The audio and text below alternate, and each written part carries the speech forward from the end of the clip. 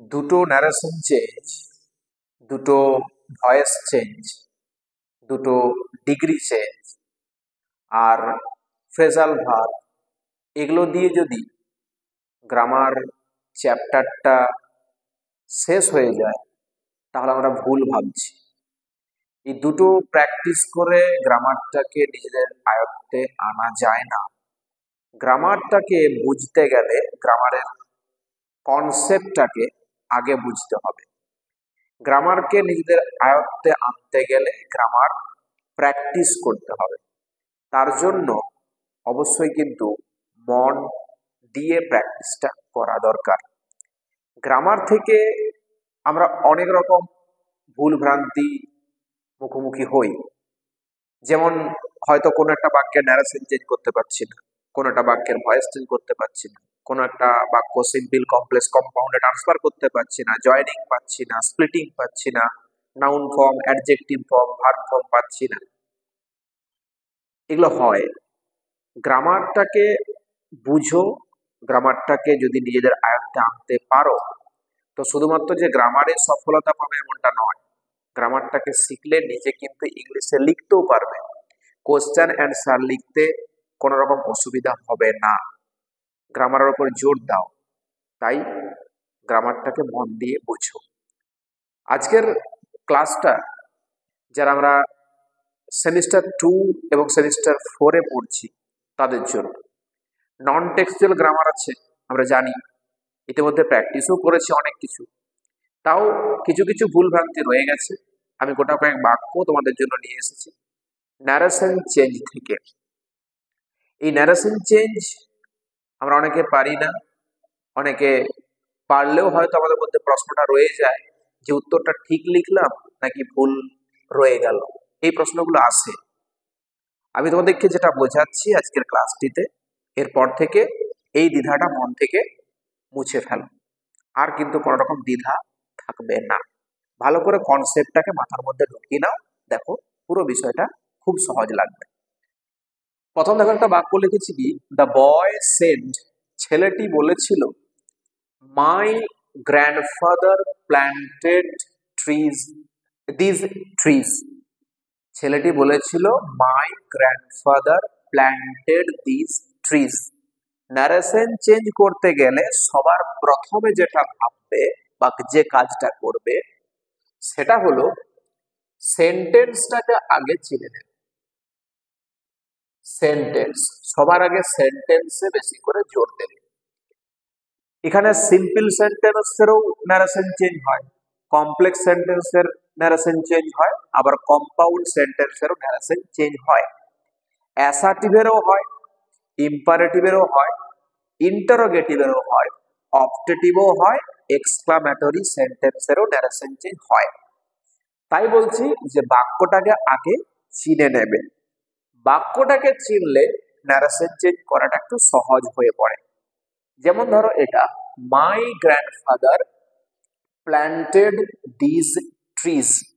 এই বাক্যটা যদি আমি চিনতে যাই তাহলে এখানে দেখো প্ল্যান্টেড ভার্ব রয়েছে, ভার্বের বাঁ দিকে থাকে সাবজেক্ট, আমরা জানি, ডান দ্বারা রয়েছে অবজেক্ট। তাহলে সাবজেক্ট ভার্ব অবজেক্ট কোন সেন্টেন্সের স্ট্রাকচার? বাক্যটা হয়ে গেল অ্যাসার্টিভ সেন্টেন্স, ASSERTIV।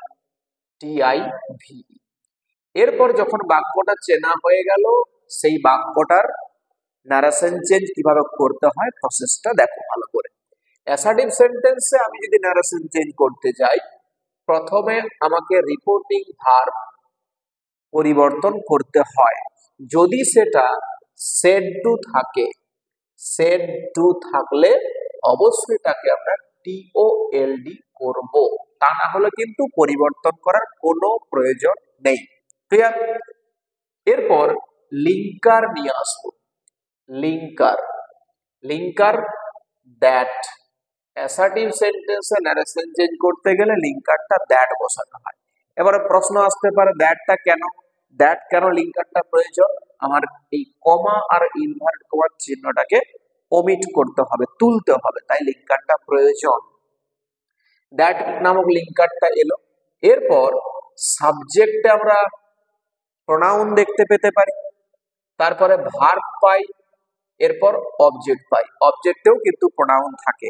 এবারে ভার্বেরও পরিবর্তন করতে হবে, টাইম, টেন্স, প্লেস এই সমস্ত শব্দের পরিবর্তন করতে হয়।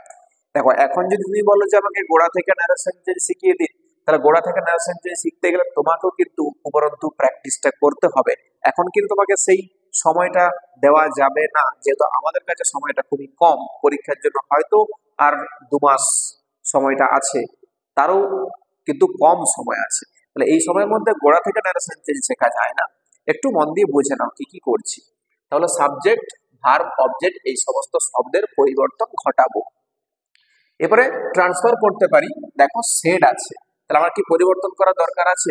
সেড আছে মানে পরিবর্তন করার দরকার নেই। ওখানে বলা আছে সেড টু থাকলে পরিবর্তন করতে হবে, দ্যাট টোল লিখতে হবে, কিন্তু এখানে সেড টু নাই, তাহলে সেড আছে, আমি সেড রেখে দেবো। তাহলে কি লিখবো? দা বয় সেড, যেমন ছিল সেডটা রেখে দিলাম।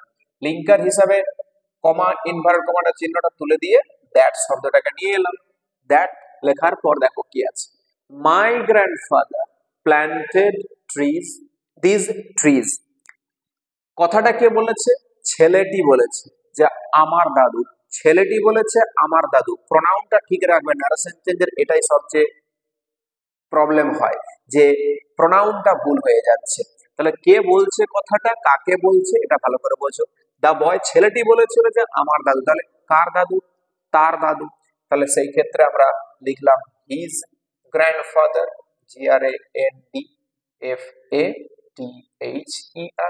His grandfather. প্ল্যান্টেড আছে, পাস্ট ইনডিফিনাইট। ভালো করে মাথার মধ্যে মনে রাখবে যে রিপোর্টেড স্পিচ অর্থাৎ ডবল ইনভার্টেড কমার মধ্যে ভার্বটা যদি পাস্ট ইনডিফিনাইট থাকে, তাকে পাস্ট পারফেক্ট টেন্সে রূপান্তর করতে হয়। পাস্ট পারফেক্ট টেন্সের স্ট্রাকচার কি? হ্যাড প্লাস মেন ভার্বের থার্ড ফর্ম। তাহলে আমি এখানে হ্যাড নিয়ে আসবো, তারপর মেন ভার্বের থার্ড ফর্ম। অর্থাৎ প্ল্যান্টেড এর থার্ড ফর্ম কি?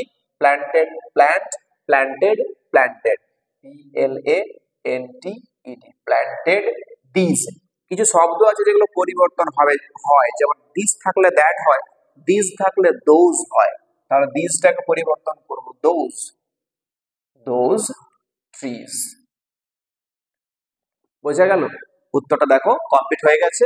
The boy said that his grandfather had planted those trees. বিষয়টাকে বুঝো, একদম সোজা লাগবে। তারপর দেখো 2 নম্বর বাক্য কি আছে? Ayesha said I shall go to Kolkata tomorrow. ওই যে বলেছি বাক্য চিনতে, দেখো শ্যাল গো ভার্ব, আইটা সাবজেক্ট, টু কলকাতা টুমরো এটা object. Subject verb object assertive sentence. নিয়ম ওপাশে লেখা আছে, দেখো কি করতে হবে। সেড আছে, পরিবর্তন করার কোনো দরকার নেই। AYESHA, আয়েশা। সেড যেমন আছে তেমনই রয়ে যাচ্ছে। লিঙ্কার দ্যাট আসছে, এরপর আই নামক একটা প্রোনাউন আমি দেখতে পাচ্ছি। আইটাকে যে বলছে সে, আয়েশা বলেছে কথাটা, তাহলে আইটাকে আয়েশা। তাহলে একই নাউন দুবার ব্যবহার করব না, তার জায়গায় প্রোনাউন নিয়ে আসবো। যেহেতু আয়েশা একটি মেয়ে, প্রোনাউনটা সি আনবো। মোডাল ভার্ব আছে, মোডাল ভার্বটা পাস্ট করে দিলে হয়। স্যালের পাস্ট টেন্স কি? শুড হয়, কিন্তু তোমাকে মনে রাখতে হবে যে এখানে থার্ড পারসন হয়ে গেছে, সিটা থার্ড পারসন, তাই স্যাল করতে পারবো না, করতে হবে কি? উড। মানে স্যালটা তখন ট্রান্সফার হয়ে যাচ্ছে উইলে, আর উইলের পাস্ট টেন্স উড করতে আছে, ও হবে আমাকে। তাহলে would.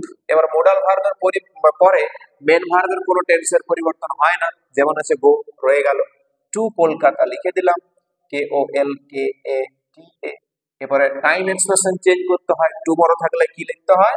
The next day, the next day. Clear? উত্তরটা কি দাঁড়ালো দেখো, Ayesha said that she would go to Kolkata the next day. Next number 3 নম্বর বাক্য দেখো, দ্য গার্ল সেড, মেয়েগুলি বলেছিল, we were playing cricket then, আমরা তখন ক্রিকেট খেলছিলাম। ভার্ব আছে, সাবজেক্ট অবজেক্ট অ্যাসার্টিভ সেন্টেন্স, একই নিয়ম। সেড পরিবর্তন হবে না, দ্য গার্লস সেড যেমন ছিল তেমনই রয়ে যাচ্ছে। লিঙ্কার দ্যাট বসে যাচ্ছে। এরপর দেখো প্রোনাউনটা, মেয়েগুলো বলেছিল আমরা, তাহলে উইটা কারা? মেয়েগুলো, তাহলে দে ব্যবহার করুন, দে। আচ্ছা, টেন্স দেখো, ওয়ার প্লেইং মানে পাস্ট কন্টিনিউয়াস, এটাও ভালো করে মনে রাখবে। রিপোর্টেড স্পিচের ভার্ব যদি পাস্ট কন্টিনিউয়াস থাকে তাহলে তোমাকে ট্রান্সফার করতে হবে পাস্ট পারফেক্ট কন্টিনিউয়াস, অর্থাৎ had plus been plus main ভার্বের সঙ্গে আইএনজি, তাহলে দে। এবারে হ্যাড নিয়ে আসবো, বিন নিয়ে আসবো, এবারে প্লেইংটা দেবো, P L A Y ING, playing cricket, সিআরআইসিকেইটি, cricket. দেন পরিবর্তন হবে না, দেনটা দেনই থেকে যাবে। উত্তরটা কি হলো তাহলে? দ্য গার্লস সেড, মেয়েগুলি বলেছিল দ্যাট যে they had been playing cricket then, তখন তারা ক্রিকেট খেলছিল। পরের বাক্য দেখো, the teacher said to the boy, শিক্ষক মহাশয় ছাত্রটিকে বলেছিল হোয়াই হ্যাভ ইউ ফেলড, তুমি ফেল করেছো কেন। দেখো বাক্যটা চেঞ্জ হয়ে গেছে, বুঝতেই পারছি, কোশ্চেন মার্ক দেওয়া আছে, ইন্টারোগেটিভ সেন্টেন্স। আবারও বলে দিই, বাক্যটা যদি হয় ইন্টারোগেটিভ, ইন্টারোগেটিভ বা প্রশ্নসূচক বাক্য, তাকে আমি নারেশন চেঞ্জ করতে গেলে প্রথমত রিপোর্টিং ভার্ব কি করতে হবে, এএসকে টেন্স অনুযায়ী বসাবে। যদি পাস্ট টেন্স থাকে রিপোর্টিং ভার্বটা, তাহলে এএসকে তার সঙ্গে ইডি যোগ করবে। আচ্ছা, প্রথম কাজ গেল। 2 নম্বর কাজ কি, লিঙ্কার। লিঙ্কারের সিস্টেমটা দেখো, যদি তোমার বাক্যটা অক্সিলারি দিয়ে স্টার্ট হয় তাহলে ইফ বা হোয়েদার, ইফ বা হোয়েদার বসাবো। যদি বাক্যটা WH ওয়ার্ড দিয়ে শুরু হয় তাহলে ওই WH ওয়ার্ডটাই তোমার কাছে লিঙ্কার হিসাবে ব্যবহৃত হবে। আচ্ছা, তারপরে যে পরের কাজটা থাকছে সেটা হচ্ছে কি, আগে সাবজেক্ট বসাবো, তারপরে ভার্ব বসাবো, তারপরে অবজেক্ট বসাবো, সেটাকে অ্যাসার্টিভ সেন্টেন্সে ট্রান্সফার করব। আর সাবজেক্ট ভার্ব অবজেক্টে যে টাইম প্লেস এক্সপ্রেশন গুলো চেঞ্জ করতে হয় সেগুলো পরিবর্তন করব আমরা। তাহলে দেখে নিই, এখানে সেড টু আছে, নিঃসন্দেহে এই সেড টু পরিবর্তন হয়ে যাবে, কি হবে, এএসকে ইডি, কারণ এটা পাস্ট টেন্সে আছে। তাহলে কি লিখবো, the teacher, the teacher ASK ED asked the boy, ask the boy. Clear হলো? এবার দেখো WH ওয়ার্ডটা আছে, তাহলে লিঙ্কার হিসাবে ওই WH ওয়ার্ডটাকে ব্যবহার করব, হোয়াই। এরপরে দেখো হ্যাভ আছে, হ্যাভটা অক্সিলারি ভার্ব, ইউটা আছে সাবজেক্ট, ফেল হচ্ছে মেন ভার্ব। তাহলে আগে কিন্তু সাবজেক্টটাকে নিয়ে আসবো, ওই ইউ নামক সাবজেক্টটা। যখন আনবো একবারে প্রোনাউনটা পরিবর্তন করে ফেলবো। কি আছে ইউটাকে, ইউটা হচ্ছে ওই ছেলেটা, তাহলে সেই হিসাবে প্রোনাউনটা কি লিখবো, হি। এবারে হ্যাভ এর পাস্ট টেন্স দিতে হবে, হ্যাভ এর পাস্ট টেন্স কি, হ্যাড। এবার ফেল তো লেখাই আছে থার্ড ফর্মে, FAILED, ব্যাস। শেষে কিন্তু জিজ্ঞাসা চিহ্নটা দেব না, দেব ফুল স্টপ। বাক্যটা কি হলো তাহলে, the teacher asked the boy why he had failed. এরপর দেখো number 5, my friends said to me, আমার বন্ধুরা আমাকে বলেছিল, will you join us in the picnic, তুমি কি আমাদের সঙ্গে পিকনিকে যোগদান করবে। এটাও ইন্টারোগেটিভ সেন্টেন্স, কারণ ইন্টারোগেশন মার্কটা রয়েছে। নিয়মটা একই রকম, দেখো পাশে লেখা আছে ডান পাশে। তাহলে পরিবর্তন করতে শুরু করি, my friends, my friends said two কি করব, asked, ASKED, asked me. Linker কি বসাবো, দেখো এখানে কিন্তু WH ওয়ার্ডটি নেই, তাহলে ইফ বা হোয়েদার, এখানে ইফ করতে পারি বা হোয়েদার নিয়ে আসতে পারি, যে কোনো একটা ইউজ করব। এরপর সাবজেক্টটাকে আগে দেবো, তারপর ভার্বটাকে দেবো। সাবজেক্টটাকে ইউ, ইউটাকে, ইউটা হচ্ছে যাকে জিজ্ঞাসা করেছে সে, তাহলে ইউটা হচ্ছে আমি, মিটাকে পরিবর্তন করে ইউর পরিবর্তে কি লিখবো, আই। আচ্ছা, উইল এর পাস্ট টেন্স করে দেবো, উইল এর পাস্ট টেন্স হচ্ছে উড, WOULD, উড। আচ্ছা, জয়েন এর কোনো পরিবর্তন আসবে না, কারণ মোডাল ভার্বের পরে মেন ভার্বের কোনো টেন্স পরিবর্তন হয় না, জয়েন। আচ্ছা, তাহলে বন্ধুরা বলেছে আমাদের সঙ্গে, তাহলে পরিবর্তন করলে আজটা পরিবর্তন করলে হবে them, THEM, in the picnic, PICNIC। হয়েছে? বাক্যটা কি দাঁড়ালো দেখো, যে my friends asked me if বা whether I would join them in the picnic. Next number 6, father said to me, বাবা আমাকে বলেছিলেন, how did you do the work, কাজটা তুমি কি করে করেছিলে। একই রকম ইন্টারোগেটিভ সেন্টেন্স, তাহলে ট্রান্সফার করতে শুরু করি, ফাদার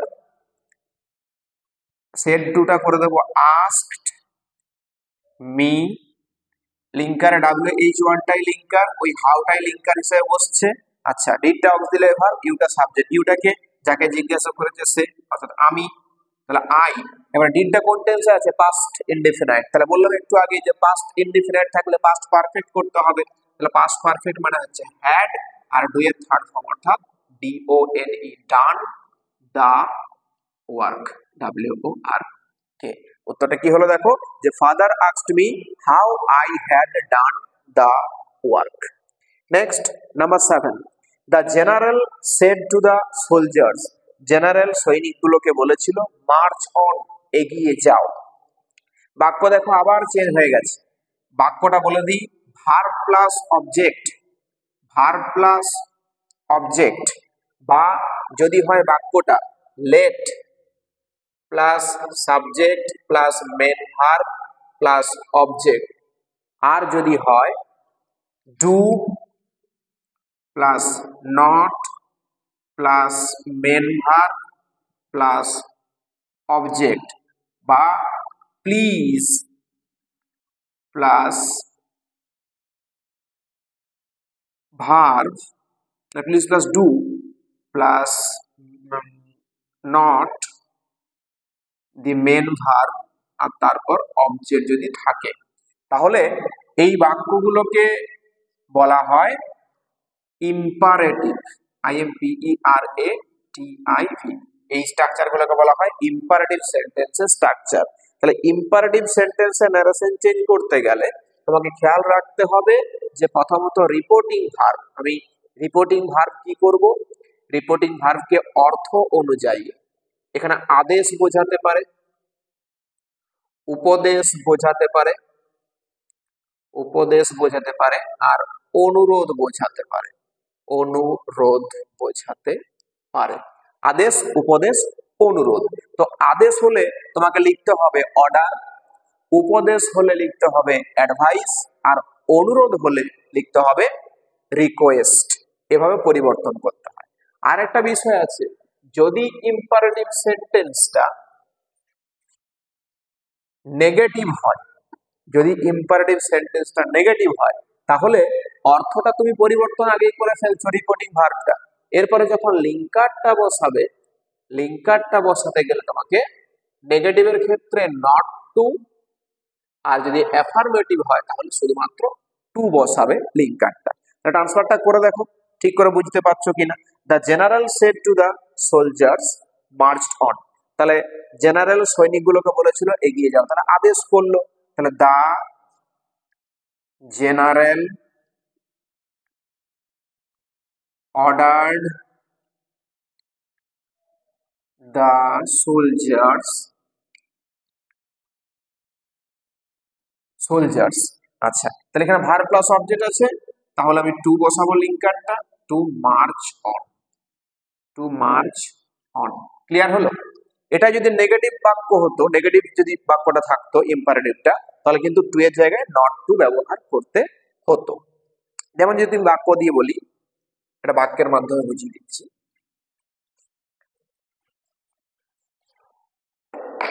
যে she said inverted comma do not go, সে বলেছিল যে যেও না। তাহলে বুঝতে পারছি নেগেটিভ ইম্পারেটিভ, তাহলে কি করব, সি রিকোয়েস্টেড সেড নামক রিপোর্টিং ভার্বটাকে রিকোয়েস্টেড করলাম, এবারে নট টু গো ব্যবহার করব। আর একটা বিষয় করা যায় যে সি ফরবেড, FORBAD, সেডটাকে আমি যদি ফরবেড করে দিই তাহলে কিন্তু লিঙ্কারটা টু রয়ে যায়, এবারে মেন ভার্বটা বসিয়ে দিলে হয়ে যায়, কারণ ফরবেডের মধ্যে নিষেধ আছে। তাহলে সি ফরবেড টু গো, এভাবেও কিন্তু করা যায়। লাস্ট বাক্য দেখো, I said to the owner of the house, আমি বাড়ির মালিককে বলেছিলাম লেট মি কাম ইন, আমাকে ভিতর আসতে দিন। তাহলে এই বাক্যটা দেখো লেট দিয়ে শুরু হয়েছে, বলে দিই এই লেট দিয়ে ইম্পারেটিভ হয়, লেট দিয়ে ইম্পারেটিভ হয়, IMPERATIVE। PERATIV। এই লেট দিয়ে ইম্পারেটিভ যদি সেন্টেন্সটা থাকে, তোমাকে ন্যারেশন চেঞ্জ করতে হলে প্রথমে রিপোর্টিং ভার্বটাকে পরিবর্তন তো করতে হচ্ছে, সেখানে অর্থটা দেখবে প্রপোজড হতে পারে PROPOSED বা SUGGESTED। যদি প্রপোজড বা সাজেস্টেড হয়, অর্থাৎ প্রস্তাব আর পরামর্শ যদি হয়, তাহলে লিঙ্কার হিসাবে তুমি তো দ্যাট বসাচ্ছ, লিঙ্কার হিসাবে তুমি দ্যাট বসাচ্ছ। এরপর যখন দ্যাটের পরে লিখতে যাবে, তখন যে লেট শব্দটাকে পাবে, সেই লেট শব্দটাকে SHOULD করে সাবজেক্টের পরে বসাবে, আগেই বসিয়ে দিও না, সাবজেক্টের পরে বসাবে। আর যদি প্রপোজ বা সাজেস্টেড না বোঝায়, তাহলে যে কোনো অর্থ বুঝবে, আদেশ হতে পারে, উপদেশ হতে পারে, পরামর্শ হতে পারে, নিষেধ হতে পারে, তখন কিন্তু শুড হবে না, তখন লেট শব্দটা হয়ে যাবে মাইট be allowed two, mite be allowed two. যেমন এই বাক্যটা দেখো, যে I said to the owner of the house, আমি বাড়ির মালিককে বলেছিলাম লেট মি কাম ইন, আমাকে ভিতরে আসতে দিন। তাহলে আমি অনুমতি চাইছি, তারা রিকোয়েস্ট করব, আই রিকোয়েস্টেড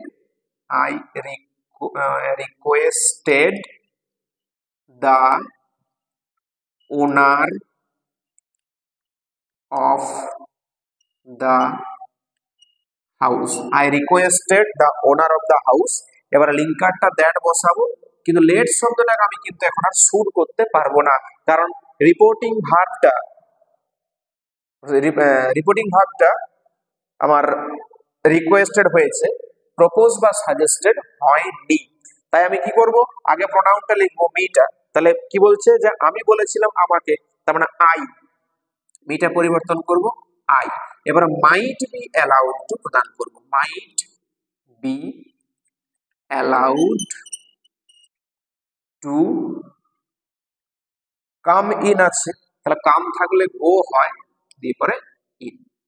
উত্তরটা কি দাঁড়ালো দেখো, I requested the owner, OWNER, owner of the house that I might be allowed to go in. এভাবে বাক্যটাকে ন্যারেশন চেঞ্জ করতে হয় যদি বাক্যটা লেট দিয়ে থাকে। ভালো করে একটু বুঝে দেখবে আর প্র্যাকটিস বেশি বেশি করে করবে, তা না হলে এই বিষয়গুলোকে আয়ত্ত করতে পারবে না। ক্লাসটা যদি ভালো লাগে মন দিয়ে বুঝে দেখবে আর একটা লাইক করে দেবে। পরবর্তী ক্লাসে তোমাদের সঙ্গে আবার দেখা হচ্ছে কিছু গ্রামার নিয়ে। Thank you.